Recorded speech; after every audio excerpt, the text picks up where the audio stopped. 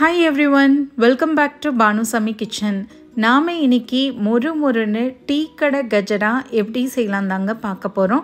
நம்ம டீ கடைங்கள்ல எப்படி இருக்குமோ அதே மாதிரி இருக்கும். ஆனா முட்டை சேர்க்காம இத நாம செய்ய போறோம். டீ டைம்க்கு ஒரு சூப்பரான ஸ்நாக்ஸ்னே சொல்லணுங்க. நல்லா மொறுமொறுன்னு இருக்கும். வாங்க எப்படி செய்யலாம்ன்றத பாப்போம். வீடியோக்குள்ள போறதுக்கு முன்னாடி மறக்காம subscribe பண்ணுங்க and bell icon-ஐ click பண்ணுங்க. இந்த கஜரா செய்கிறதுக்கு ஃபர்ஸ்ட்டு ஒரு மிக்ஸி ஜார் எடுத்துக்கோங்க. இதில் ஒரு கப் அளவுக்கு சர்க்கரை சேர்த்துக்கோங்க. நீங்கள் இனிப்பு ஜாஸ்தியாக சாப்பிடுவீங்கன்னா ஒரு கப்பு கரெக்டாக இருக்குங்க. அப்படி இல்லைன்னா 3/4 கப் அளவுக்கு சேர்த்தாலே போதும். இது கூட 4 ஏலக்காய் சேர்த்துட்டு இதை நல்லா ஃபைன் பவுடராக அரைச்சி எடுத்துகிட்டு வந்துடுங்க. இதை ஒரு பாத்திரத்துக்கு மாற்றி வச்சுக்கோங்க. இதில் நம்ம 1/2 கப் அளவுக்கு பால் சேர்த்துக்கலாங்க. காய்ச்சி ஆறின பாலாக சேர்த்துக்கோங்க.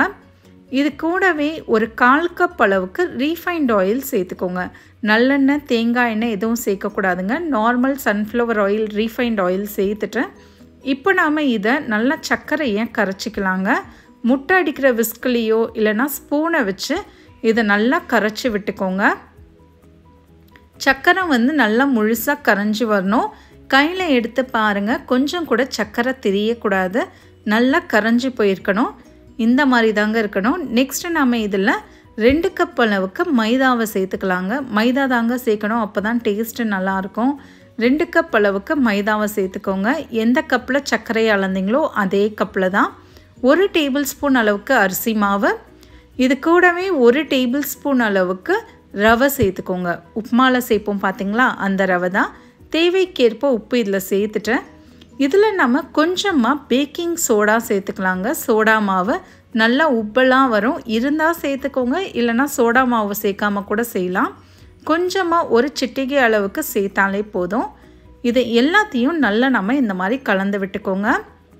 கையால் கூட கலக்கலாங்க. நாம் முட்டைலாம் எதுவுமே இதில் சேர்க்கலை.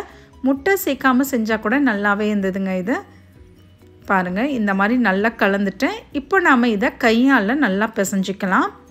மாவு கன்சிஸ்டன்சி பார்த்திங்கன்னா ரொம்ப திக்காகவும் இல்லாமல் ரொம்ப தண்ணியாகவும் இல்லாமல் நல்லா ஒரு சப்பாத்தி மாவு பதத்துக்குள்ள தான் இருக்கும். பாருங்கள், கரெக்டாக மாவு பிசைஞ்சாச்சு. இப்போ நாம் இதை தட்டை போட்டு மூடி 1 மணி நேரம் அப்படியே வைங்க. 1 மணி நேரத்துக்கு அப்புறம் பார்ப்போம். 1 மணி நேரத்துக்கு அப்புறம் மாவு நல்லா புளிச்சிருக்கோங்க, நல்லாயிருக்கும்.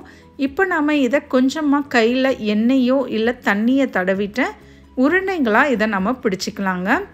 இது அழகாக உருண்டை பிடிக்கிற மாதிரியே வருங்க. நம்ம இந்த மெஷர்மெண்ட் படி நீங்கள் செஞ்சிங்கனாலே பெரிய பெரிய உருண்டையும் இல்லாமல் சின்னதாகவும் இல்லாமல் மீடியம் சைஸில் இந்த மாதிரி உருண்டைகளாக பிடிச்சி எல்லாத்தையும் ஒரு பக்கமாக வச்சுக்கோங்க. இப்போ கடாயில் எண்ணெய் நல்லா சூடாகணுங்க. மீடியம் ஃப்ளேமில் வச்சு எண்ணெய் நல்லா சூடானது பிறகு இந்த மாதிரி கொஞ்சம் கொஞ்சமாக போட்டுருங்க. மேலே ஷேப் வரணும் அப்படின்னா கத்தியை வச்சு லைட்டாக இந்த மாதிரி கோடு போட்டுக்கோங்க. அப்போ மேலே ஒரு பூ போல் ஷேப்பில் வரும், அதனால தான் இந்த ஷேப்பில் போடுறோம். அப்படி இல்லைன்னா நீங்கள் உருண்டைகளாகவே நீங்கள் போட்டுக்கலாம். லைட்டாக கத்தியை வச்சு கோடு போட்டு இப்படி போட்டிங்கன்னா மேலே ஒரு பூ போல் ஷேப் உங்களுக்கு கிடைக்கும். மீடியம் ஃப்ளேம்லேயே வச்சு இது எல்லாத்தையும் வறுத்து எடுத்துக்கோங்க. எக்ஸாக்டாக ஒரு 3லேருந்து 5 நிமிஷம் ஆகுங்க. லோ ஃப்ளேம் மீடியம் ஃப்ளேம்லேயே வச்சு வறுத்து எடுத்துக்கோங்க. ஃபாஸ்ட்டில் வச்சிங்கன்னா வெளியில் மட்டும் கருப்பாக இருக்கும், உள்ளே அப்படியே இருக்கும் மாவு வேகாமல். ஒரு 3 நிமிஷத்துக்கு அப்புறம் பார்த்திங்கன்னா இந்த மாதிரி கோல்டன் கலரில் வந்திருக்கணுங்க. பாருங்கள், மேலே எப்படி அழகாக பூ போல் விரிஞ்சிருக்கு. அதுவே அழகாக வெடிச்சு தாங்க இருக்கும். வெட்டு கேக்குனாலே அப்படி தான் இருக்கும். இப்போ நம்ம இதை எண்ணெயிலேருந்து வெளில எடுத்துடலாங்க. இந்த அளவுக்கு கோல்டன் கலரில் இருக்கும் போது நம்ம எடுத்துடலாம். ரொம்பவே செவத்துற வேண்டாம். இது எல்லாத்தையும் இதே மாதிரி போட்டு பொரிச்சு எடுத்துருங்க. இது இப்போவே சாப்பிடாம ஒரு 30 நிமிஷம் அப்படியே வச்சு சாப்பிட்டிங்கன்னா மேலே நல்லா மொறுமொறுன்னு கிறிஸ்பியாக சூப்பராக இருக்கும். இது 1 வாரம் 2 வாரம்னாலும் வச்சு சாப்பிட்லாங்க, கெட்டே போகாது. எப்போவுமே மேலே அந்த கிறிஸ்பினஸோட உள்ளே கொஞ்சம் சாஃப்டாக சூப்பராக இருக்கும்.